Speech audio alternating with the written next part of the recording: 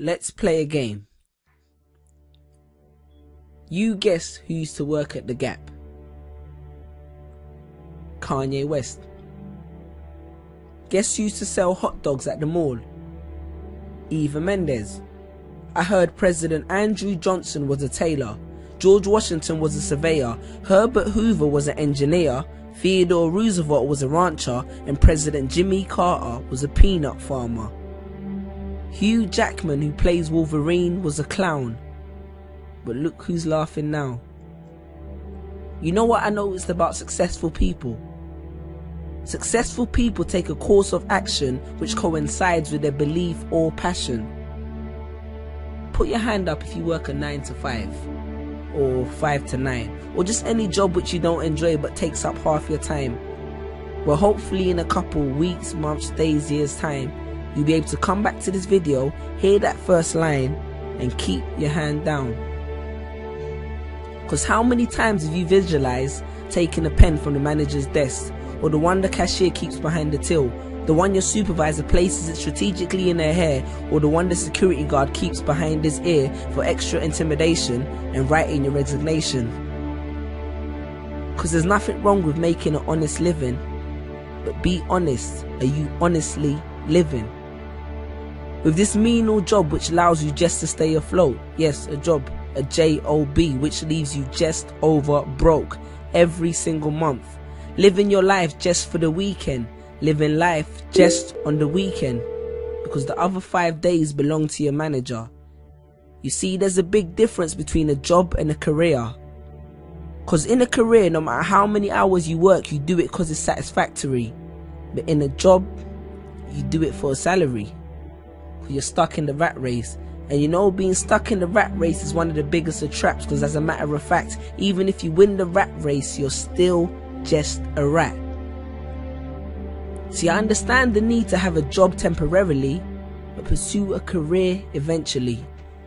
Because in my job, I used to sell at least 200 shoes a day, and none of that was ever reflected in my pay. One of my colleagues once made the company $5 in 1 month, and you know what he got? An email, a £20 discount voucher, and a complimentary lunch. And you think you're safe because your job is commission based, until you've been working there for 3 years and the secretary with the short skirt gets a promotion because her and the boss went for dinner real late. I'm sure you can relate. But wait, are we still happy with an extra week holiday and a raise in a salary? Perhaps we need more clarity. Let's look at the statistics. Because the Industrial Revolution was beneficial technologically, but it coerced a lot of people into factories for ridiculous salaries to benefit their families, and that shaped people's mentalities exponentially, and essentially it became the norm to work for someone else by the turn of the century. And I could have regurgitated facts and figures to support this, but I choose not to boast. Plus that would give them nothing to write about in the Huffington Post. Now in 3 years I've had 6 jobs, and that made me think that long term I could never be happy working one of these jobs. And I used to have a rich uncle called Steve, and they say that apple don't fall far from the tree, so maybe subconsciously I was trying to get one of Steve's jobs. I understand more than anyone that a job allows you to pay the bills, make ends meet, and survive. But that's exactly what it is, surviving, not living. I hope you're aware of the difference. It's like when you hear but don't listen.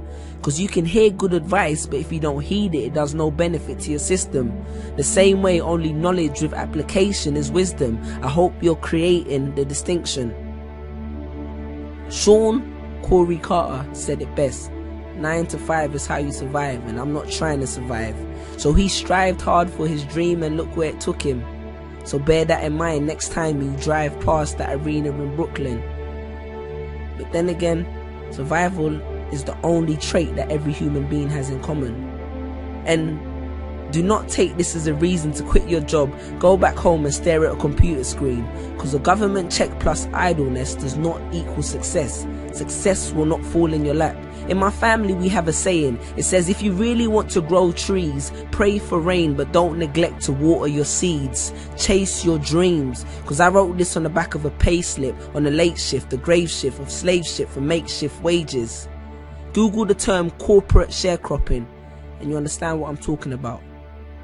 If somebody wants to do these jobs, then let them. And from the bottom of my heart, I respect them. Because I once met a garbage man who was the happiest man that I've ever met.